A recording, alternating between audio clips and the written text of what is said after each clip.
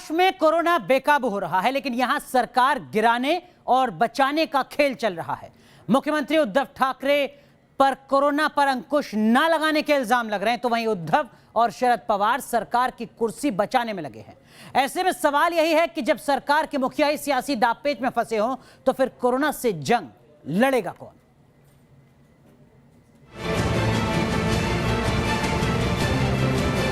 मुंबई में बेकाबू महामारी, महाराष्ट्र में कुर्सी की मारामारी,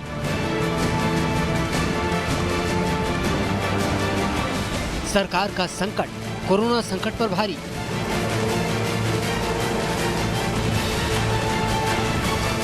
मुंबई मर रही है, महाराष्ट्र मर रहा है, लेकिन यहां सरकार कुर्सी बचाने में मशगूल है, क्योंकि मुख्यमंत्री उद्धव ठाकरे को डर है कि कहीं बीजेपी के इशारे पर तख्ता पलट न हो जाए। बैठकों का दौर चल रहा है, कुर्सी बचाने और गिराने के तमाम दांव पेच चले जा रहे हैं।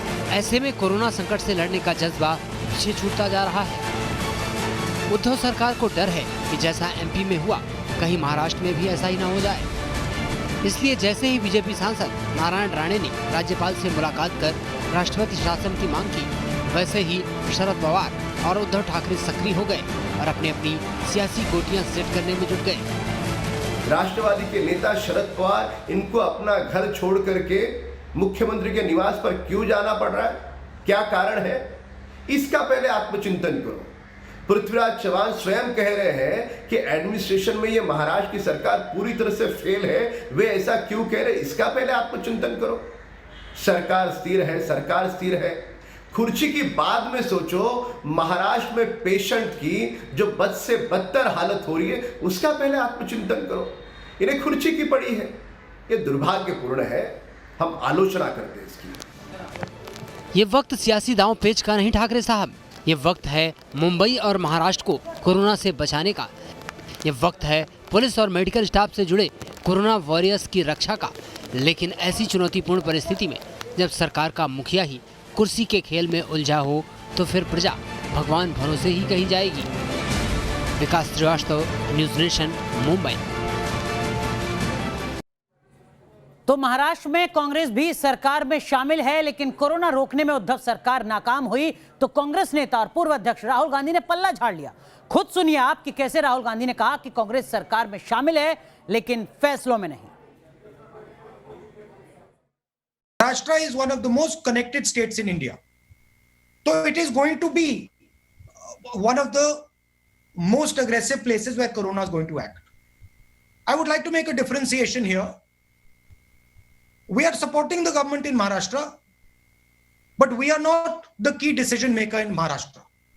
We are the key decision maker in Punjab. We are the key decision maker in Chhattisgarh, in Rajasthan, in Pondicherry. So there is a difference between running a government and supporting a government. तो इन सब के बीच महाराष्ट्र में दरअसल में चल क्या रहा है और महाराष्ट्र की सरकार की प्राथमिकता में क्या है, ये समझने की कोशिश करेंगे। हमारे साथ खास मेहमान जुड़ चुके हैं। बीजेपी के वरिष्ठ नेता प्रसाद लाल साहब हमारे साथ जुड़ रहे हैं, कांग्रेस के प्रवक्ता राजू वाघमारे साहब हमारे साथ जुड़ रहे हैं, एनसीपी की प्रवक्ता सीमा मलिक जी हमारे साथ जुड़ चुकी हैं, शिवसेना के नेता बलवीर सिंह जी हमारे साथ जुड़ रहे हैं, और मुंबई से हमारे सहयोगी विकास श्रीवास्तव भी हमारे साथ जुड़ रहे हैं। लेकिन चर्चा को आगे बढ़ाएं उससे पहले कुछ बुनियादी सवाल हैं जो हम आपको समझाना चाहते हैं। जरा समझने की कोशिश कीजिए दरअसल में सवाल क्या खड़े हो रहे हैं, क्यों आखिर आज हम चर्चा कर रहे हैं और ये पूछने की कोशिश कर रहे हैं कि प्राथमिकता में है क्या। देश में कोरोना के सबसे ज्यादा मामले अगर कहीं हैं तो महाराष्ट्र में है, और यह आंकड़ा रातों रात नहीं बदला है। शुरुआत से ऐसी स्थिति है, देश के हर तीसरा जो मामला है वो महाराष्ट्र में पाया जाता है। 36% मामले अकेले महाराष्ट्र में है।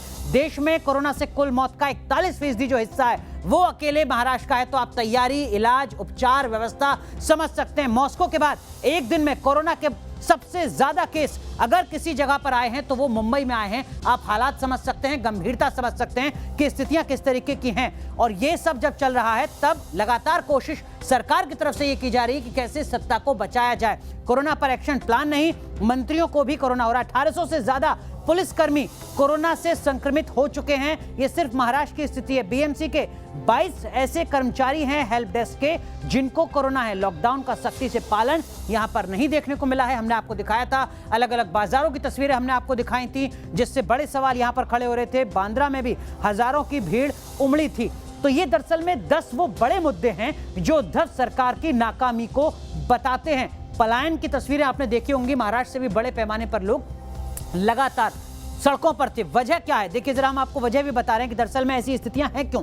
दरअसल में कोई कड़ा एक्शन प्लान नजर नहीं आ रहा है, कोई विजन नजर नहीं आ रहा है, दूरदर्शिता नजर नहीं आ रही है। तैयारी को लेकर राज्य में अस्पताल और संसाधनों की भारी कमी है जो लगातार दिखती रही है। अलग अलग हमने आपको तस्वीरें दिखाई हैं, राजावाड़ी अस्पताल की, केईएम अस्पताल की, सायन अस्पताल की, शताब्दी अस्पताल की। ये एक अपने आप में बड़ी वजह है। शव के बीच मरीज का इलाज चलता रहा। वो तस्वीरें हम आपको एक बार फिर दिखाएंगे, याद दिलाने के लिए, ये बताने के लिए कि दरअसल में महाराष्ट्र है कितना तैयार। सत्ता बचाने के बीच में लगातार कोशिश चलती रही उद्धव सरकार की, यानी प्राथमिकता में सरकार को बचाना रहा, कोरोना को हराना नहीं। 3 पार्टियों का गठबंधन है। उम्मीद की जाती थी कि बेहतर तरीके की सलाह यहां पर मिल सकेगी, बेहतर नीति बन सकेगी, लेकिन 3 पार्टियों का जो महागठबंधन है महाराष्ट्र में, यही एक बड़ी वजह है क्या जिसके चलते कोऑर्डिनेशन जो होना चाहिए वो कोऑर्डिनेशन नहीं है। और यही एक बड़ी वजह है जिसके चलते महाराष्ट्र के हालात लगातार बुरे नजर आ रहे हैं। 2 तस्वीरें हम ये आपको दिखाते हैं, जरा देखिए, स्थिति को समझने की कोशिश कीजिए। ये 2 तस्वीरें हम आपको दिखा रहे हैं, ये 2 अलग अलग तस्वीरें हैं 2 अलग अलग अस्पतालों की। पहली तस्वीर मुंबई के राजावाड़ी अस्पताल की हम आपको दिखा रहे हैं, और दूसरी तस्वीर हम आपको दिखा रहे हैं एक और अस्पताल की जहां पर डेड बॉडीज हैं और वहीं पर मरीज हैं। जरा सोचिए, किसी को कोरोना है, अगर जैसे ही उसको ये जानकारी मिलती है तो उसकी मनोस्थिति कैसी होती है, वो मानसिक तौर पर कितने दबाव में आ जाता है। और जब उसको पता चले कि जिस अस्पताल में उसका इलाज होगा दरअसल में उसके बेड के बगल वाले बेड में डेड बॉडी होगी, तो क्या उसकी स्थिति होगी, आप अंदाजा लगा सकते हैं। और दरअसल में तस्वीरें बड़े सवाल यहां पर खड़े करती हैं महाराष्ट्र सरकार की तैयारियों को लेकर। तमाम खास मेहमान हमारे साथ बने हुए हैं। मेरा पहला सवाल बलवीर सिंह जी जो शिवसेना के नेता हैं उनसे। बलवीर सिंह जी, ईमानदारी से बताइएगा सर, तमाम चीजें हमने दिखाई हैं दर्शकों को, महाराष्ट्र सरकार की प्राथमिकता में क्या है, सत्ता को बचाना या कोरोना को हराना? देखिए, पहले तो आप मुंबई की स्थिति की समीक्षा खुद कर लीजिए। ये वैश्विक समस्या है और दुनिया में सबसे ज़्यादा ये समस्या न्यूयॉर्क में पैदा हुई। उसकी वजह ये थी कि पूरी दुनिया का आदमी न्यूयॉर्क में रह रहा था। सर माफ कीजिएगा, अंतर्राष्ट्रीय मुद्दों पर मैं चर्चा नहीं कर रहा हूं, माफ कीजिएगा, आपको रोक रहा हूं बलवीर सिंह जी। मेरा सीधा सवाल, महाराष्ट्र सरकार की प्राथमिकता में क्या है, सत्ता को बचाए रखना या कोरोना को हराना? वही मैं बता रहा हूँ। तो और जहाँ तक बम्बई की स्थिति है, देश में एक ऐसा शहर है बम्बई जिसमें पूरी दुनिया का आदमी रहता है, इसलिए समस्या वहाँ जरूर विषम हुई, लेकिन इतना उसको अच्छी तरह से कंट्रोल किया गया कि उसको आउट ऑफ कंट्रोल नहीं जाने दिया गया। बलवीर सिंह जी, कंट्रोल किया गया? ये समस्या केवल इस वजह से है कि आप कैसे कह सकते हैं सर, आंकड़े आपके सामने हैं लगातार। हमें लगता है कि आपने वो स्क्रीन देखी नहीं जिसमें हमने आपको बताया कि पूरे हिंदुस्तान में जितने लोग मरे हैं उसमें से 41% लोग अकेले महाराष्ट्र के हैं। हिंदुस्तान में कोरोना के जितने मामले हैं उसमें से 36% मामले अकेले महाराष्ट्र में, और आप कह रहे हैं कि बहुत अच्छे तरीके से कंट्रोल किया यहां पर। आप कौन से आंकड़े हैं सर आपके पास, बता दीजिए जरा। आप बम्बई की जनसंख्या, आप कितनी जनसंख्या है सर बम्बई की, आप बता दीजिए। कितनी जनसंख्या है दिल्ली की, आप बता दीजिए। तुलना कर लीजिए जरा दोनों के आंकड़ों की। 2.5 से 3 करोड़ के करीब जनसंख्या बम्बई की है। कितने आंकड़े हैं बम्बई के आपको पता है? जनसंख्या लगभग इतनी ही आबादी दिल्ली की है। कितने आंकड़े हैं दिल्ली के आपको पता है? जमीन आसमान का अंतर है कि बम्बई में पूरी दुनिया का आदमी बसा हुआ है, दिल्ली में नहीं बसता पूरी है। दुनिया से वहां बीमारी पहुंची, दिल्ली में नहीं बसता है सर। ये तर्क है क्या, ये तर्क है क्या बलवीर सिंह? नहीं, दिल्ली की स्थिति डिफरेंट है, बम्बई की स्थिति डिफरेंट है।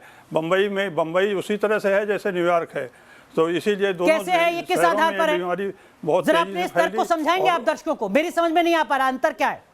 आप कह रहे हैं दिल्ली में बाहर का व्यक्ति नहीं बसता है, मुंबई में बसता है। न्यूयॉर्क से बम्बई में आर्थिक राजधानी है, तो वहाँ व्यापार करने के लिए आदमी, दिल्ली में कोई ऐसा व्यापार नहीं है जिसको करने के लिए वहाँ आएगा, उसलिए वो सीमा व्यापार के लिए बम्बई बलवीर आता है। सिंह जी की इन दलीलों पर मुझे हंसी तो नहीं आ रही, लेकिन अफसोस जरूर है। आप इनकी सहयोगी हैं, महाराष्ट्र में आप सरकार चला रही हैं, क्या आपकी भी यही दलील है? जी जी देखिए, मेरी दलील ये नहीं है, पर ये हमें देखिए, मेरी दलील भी यही है। देखिए, एक तो कमर्शियल लाइक कैपिटल है मुंबई, और अगर वहाँ पे अगर बढ़ रहे हैं कोरोना के केसेस, इसका मतलब ये नहीं कि वहाँ की सरकार कुछ काम नहीं कर रही है। And this is very unfortunate कि आज लोग बजाय इसके कि जो अपोजिशन पार्टी के मिस्टर फडणवीस हो या जो भी हो, वो एक राजनीति कर रहे हैं इन चीज़ों के ऊपर बैठ के, बजाय इसके शायद आप चीजों को बेहतर तरीके से समझना नहीं चाह रही हैं सीमा मलिक। क्या आप समझती हैं तो मुंबई के लोगों को, महाराष्ट्र के लोगों को समझाना नहीं चाह रही हैं? समझ रही हूँ। मैं आपको बताना चाहूंगी कि हम लोग क्या हमने क्या यहाँ पर 50,000 से ज्यादा मामले हैं कोरोना के। मुझे आंकड़े बताएं, 12 करोड़ है। मुझे पता है आंकड़े मैम, मुझे पता है। बिल्कुल, मैं आपको और बता देता हूं एक बार। उत्तर प्रदेश की आबादी 23 करोड़ है। मुझे पता है, उत्तर प्रदेश में कोरोना के 6,500 मामले हैं। आप जरा अंतर को समझने की कोशिश कीजिए। ये कहना चाह रही है कि वहाँ की सरकार कोई काम नहीं कर रही है, तो ये मैं नहीं मानती। 12 करोड़ आबादी वाले सूबे में 50,000 से ज्यादा मामले हैं और 23 करोड़ की आबादी वाले सूबे में 6,500 मामले हैं। जी, आप कह रहे हैं बहुत अच्छा काम हो रहा है। आपकी भी वही दलील है जो बलबीर सिंह जी की है। फ्लाइट्स आती हैं वहां पर। धारावी जैसा इतना बड़ा स्लम है मैम, इतना बड़ा स्लम क्या आपकी दिल्ली में है? मलिक, आप तो दिल्ली एनसीआर के बारे में जानती हैं, खोड़ा यहाँ पर भी है। लखनऊ से उत्तर प्रदेश से कंपेयर नहीं कर सकती। मैं आपको महाराष्ट्र के आंकड़े बता रहा हूँ, मुंबई के आंकड़े नहीं बता रहा हूँ। अकेले मुंबई में अगर 36,000 मामले हैं, जिसमें धारावी भी है, तो पूरे महाराष्ट्र में 52,000 मामले हैं। बाकी जो तकरीबन 14,000 16,000 मामले हैं वो महाराष्ट्र के अलग अलग हिस्सों में। इससे आधे मामले उत्तर प्रदेश में हैं। देखिए, पर हमारी सरकार जो है पूरी, आप कहिए कि हमारी प्राथमिकता में है कि उद्धव ठाकरे एमएलसी कैसे बनेंगे। आप कहिए कि उद्धव ठाकरे की प्राथमिकता में कि राष्ट्रपति शासन ना लग जाए। ये तैयारी है आपकी कोरोना की। हम तस्वीरें दिखा रहे हैं हमारी प्राथमिकता केवल कोरोना को भगाना है इस देश से। बड़े कॉन्फिडेंस से मैं कह रही हूँ, हमारी प्राथमिकता केवल कोरोना को भगाना है इस समय। इसीलिए हम कोई राजनीति नहीं कर रहे हैं। बड़े दुर्भाग्य की बात है कि आपकी राजनीति कर रहे हैं इस समय मिस्टर फडणवीस। सीमा मलिक, मैं तो आंकड़ों के जरिए आपसे समझना चाह रहा था, लेकिन आपने भी दुर्भाग्यवश वही दलील दी जो यहाँ पर बलबीर जी दे रहे थे। राजनीतिक मजबूरी आपकी हो सकती है, लेकिन महाराष्ट्र और देश के दर्शक आपकी इन दलीलों से इत्तेफाक नहीं रखेंगे। प्रसाद जी हमारे साथ जुड़े हुए हैं, बीजेपी के नेता। प्रसाद जी, जो ये शिवसेना और एनसीपी के नेता कह रहे हैं, क्या यही तथ्य है सर? या जो आंकड़े में बता रहा हूं उसमें कहीं गलतियां बता दीजिए। हेल्थ केयर में क्या काम कर रहे हैं प्रसाद जी?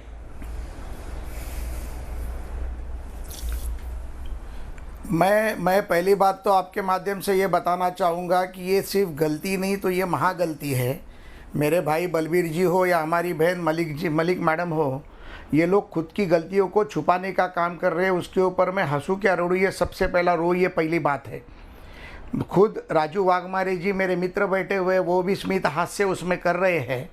और मैं आपको बहुत दावे के साथ बोलना चाहता हूँ कि ये सरकार पूरी तरीके से फेल गई है। लॉकडाउन मतलब क्या, ये पहली बात तो इनको मालूम ही नहीं पड़ा। दूसरी चीज़ ऐसी है कि मैं बार बार हर चैनल पर मैंने बताया, मैंने पत्र लिखे हैं, मैंने कहा था कि माननीय उद्धव ठाकरे जी को प्रशासन का अनुभव शून्य है।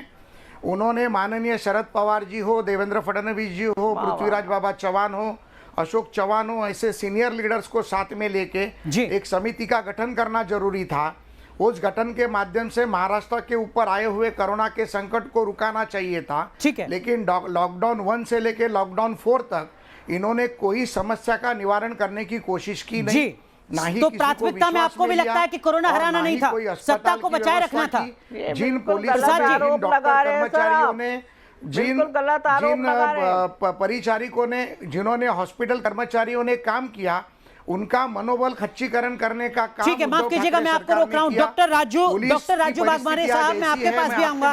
विकास, मैं आपके पास भी लौटूंगा, लेकिन जरा उससे पहले हमको जरा आंकड़ों को एक बार दर्शकों को दिखा देते हैं। जरा स्थिति को समझने की कोशिश कीजिए आप। जरा आंकड़ों के जरिए आप बेहतर तरीके से हालात समझ सकते हैं और आखिर क्यों हम ये सवाल खड़ा कर रहे हैं बार बार महाराष्ट्र को लेकर, इसको भी समझना बेहद जरूरी है। जरा स्थिति क्या है इस वक्त की हम आपको बता दें कि जो नए मामले हैं वो 2,436 मामले हैं, आप देख सकते हैं यहां पर। वहीं दूसरी तरफ महाराष्ट्र के कुल मामले 52,667 हैं। 1,695 लोगों की जान जा चुकी है। ये सिर्फ मुंबई के आंकड़े नहीं है, ये पूरे महाराष्ट्र के आंकड़े हैं। और सवाल यह है कि अगर एक सूबे में 52,000 मामले हैं, जिस सूबे की आबादी 12 करोड़ से 13 करोड़ के आसपास है, तो उस सूबे पर सवाल क्यों ना खड़े किए जाएं, उस सूबे के मुखिया से सवाल क्यों ना पूछे जाएं। अब बात हम करते हैं देश की आर्थिक राजधानी मुंबई की, जिसकी आबादी 2 से 3 करोड़ है, जैसा प्रसाद जी ने बताया। मुंबई में 31,972 मामले अब तक सामने आ चुके हैं।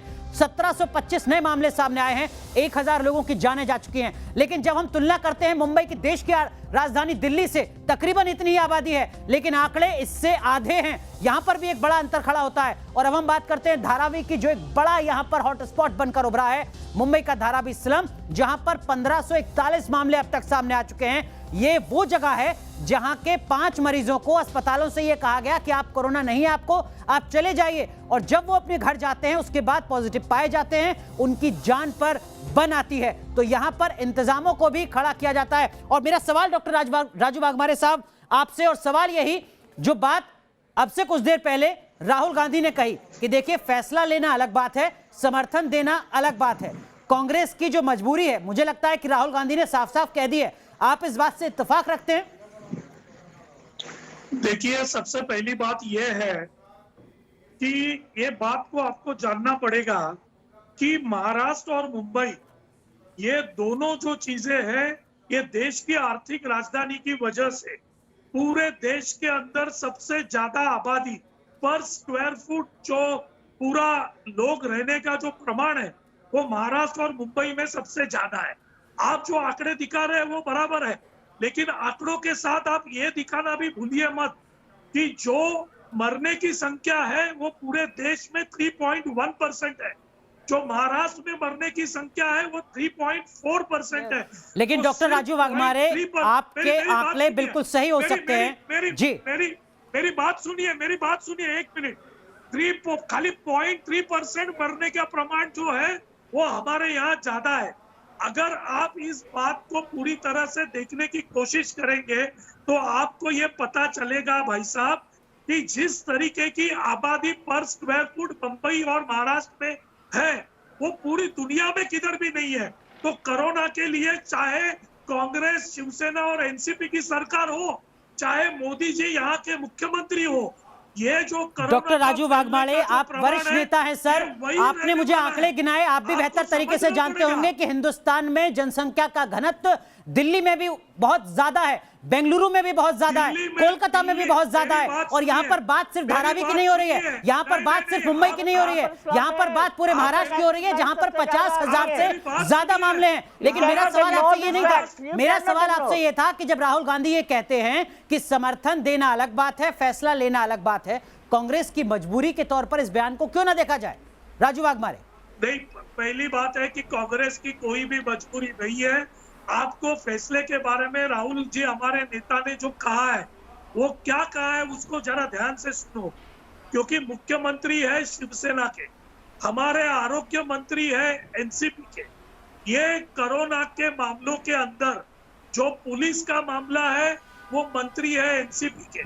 तो ये कोरोना के जो स्थिति में पुलिस, आरोग्य सेवा और सीएम, ये तीनों महत्व के जो खाते हैं वो हमारे मित्र पक्षों के डॉक्टर राजू वाघमारे, ये अपनी सुविधा के हिसाब से तो आप बयान नहीं दे रहे हैं, ये सेलेक्टिव अप्रोच तो नहीं है। आप 2004 से 2009 का केंद्र सरकार का अपना दौर याद कीजिए, यूपीए 1 का, जो वामपंथी थे वो आपके सरकार का हिस्सा नहीं थे, कोई मंत्री नहीं था, लेकिन देश की सरकार वामपंथी चलाया करते थे क्योंकि वो बाहर से आपको सपोर्ट कर रहे थे। आपके तो 12 मंत्री हैं सर, और आप कह रहे हैं कि मुख्यमंत्री हमारी पार्टी के नहीं है, स्वास्थ्य मंत्री हमारी पार्टी के नहीं है, लिहाजा हम फैसले नहीं कर सकते। कैसी बात आप कर रहे हैं सर?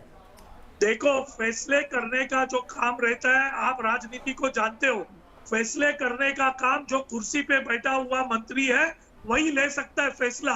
बाहर से जो क्या हम हर चीज के लिए उनके साथ झगड़ा करेंगे? अरे सर, झगड़ा करने की बात नहीं है, इस बात को स्वीकारने की बात तो है ना कि हाँ, हमारी सरकार जिस बेहतर तरीके से काम कर सकती थी उस बेहतर तरीके से काम नहीं हुआ है। वो निर्णय लेता है, कुर्सी में बैठने वाला इंसान निर्णय लेता है, ये पहली बात है। और जो दूसरी तो ये आपकी राजनीतिक मजबूरी है ना कि आप सत्ता में होते हुए भी सत्ता में नहीं है। यही बात तो राहुल गांधी कह रहे हैं, यही बात मैं आपसे समझना चाह रहा था।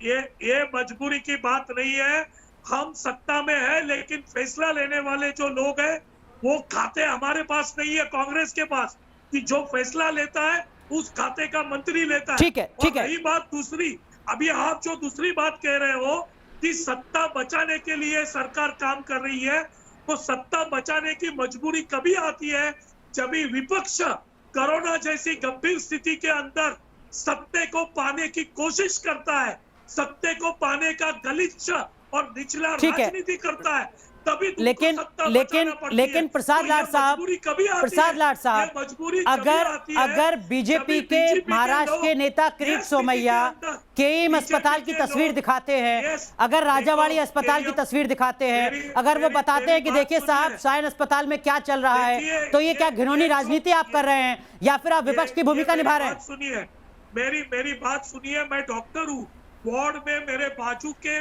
पेशेंट, मैं आपको इस माध्यम से एक बात बताना चाहता हूँ विकास कि में आता हूँ आपके पास। विरोधकों का काम ही होता है कि सर्वसामान्य लोगों की बातों को सत्ता पक्ष के सामने बात करना।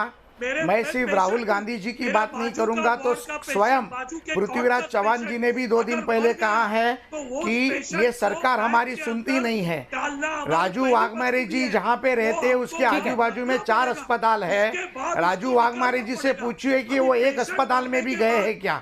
मेरे आपके माध्यम से ये बताना है, एक नेता के तौर पर वो अपनी जिम्मेदारी निभा रहे होंगे, लेकिन एक सरकार के तौर पर एक भी क्या नेता एक अपनी दूसरे के जिम्मेदारी संपर्क में ईमानदारी नहीं से है। निभाई जा रही ना है? ही ये दरअसल में नेता हम यहाँ पर लोगों माफ की कीजिएगा, मदद दोनों को करना रोक रहा चाहता हूँ। है। दर्शकों को हम और बता ये दें कि लोग देखिए इस वक्त जो आप अपनी स्क्रीन पर तस्वीर देख रहे हैं, ये मुंबई के केईएम अस्पताल की तस्वीर है।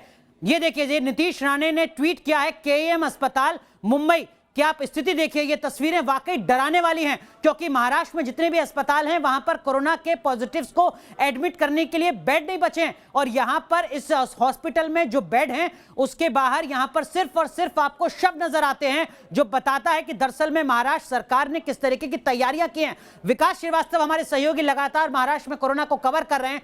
विकास, जो दलीलें यहां पर सत्ता पक्ष की तरफ से दी जा रही हैं कि बहुत अच्छा काम हो रहा है, विपक्ष सिर्फ राजनीति कर रहा है, क्या ग्राउंड रिपोर्टिंग के दरमियान भी आपको ऐसा ही लगता है?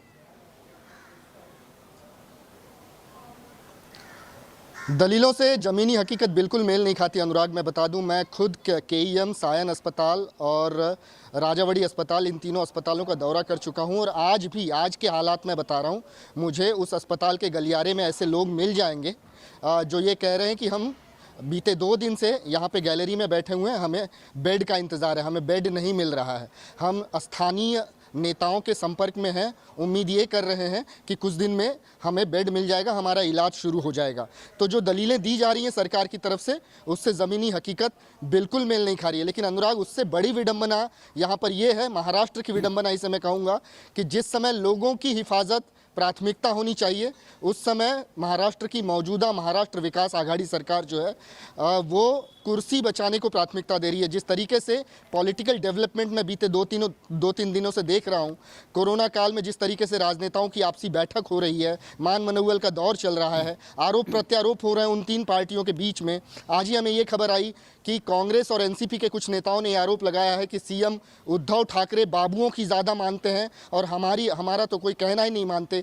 तो इन 3 पार्टियों के बीच में कोई तारतम्य नहीं है, और जिसका नतीजा ये हो रहा है कि महाराष्ट्र में हो चली है। जी, कोरोना से लड़ने के लिए जितने संसाधन की जरूरत होनी चाहिए थी, वो मुझे जमीनी स्तर पर नहीं दिखते। अस्पतालों की हालत बिल्कुल लचर है, बदइंतजामी जो है उसे मैं शब्दों में नरेट नहीं कर सकता, क्योंकि हालत इतनी बुरी है कि वहां जाने से भी आम लोगों को डर लगने लगा है। ऐसे में ये जो राजनीतिक संकट महाराष्ट्र पर आया है, जिस तरीके से सियासत गरमा रही है, ये उससे बड़ी विडंबना है। प्राथमिकता कुछ और सीमा होनी चाहिए मलिक, थी, क्या लेकिन इतनी प्राथमिकता इस राजनीतिक समय ईमानदारी कुछ है और आपके नजर आ अंदर रही और है। राजनीतिक जी, अनुराग। साहस कि आप स्वीकार सकें इस बात को कि हाँ, महाराष्ट्र की सरकार को कोरोना से निपटने के लिए जो इंतजाम करने चाहिए थे वो करने में हमारी सरकार फेल हुई, भले उसके लिए दोषी आप शिवसेना को ठहराएं? देखिए, अभी हम लोगों ने नहीं, मैं बिल्कुल भी शिवसेना को दोषी नहीं ठहराती, और हम लोग सब एक साथ हैं और हम सब जिम्मेवारी लेते हैं जो भी महाराष्ट्र में हो रहा है, और हम लोग अपने पूरे एफर्ट्स कर रहे हैं। अगर किसी जगह पर नंबर ज्यादा है, इसका मतलब ये नहीं कि वहाँ की गवर्नमेंट कुछ काम नहीं कर रही है। पूरे सूबे में नंबर ज्यादा हैं, सबसे ज्यादा नंबर हैं। आप देखिए, हर तीसरा मामला आपके सूबे से है जहां से आप सत्ता में। सबसे ज्यादा नंबर हैं। कभी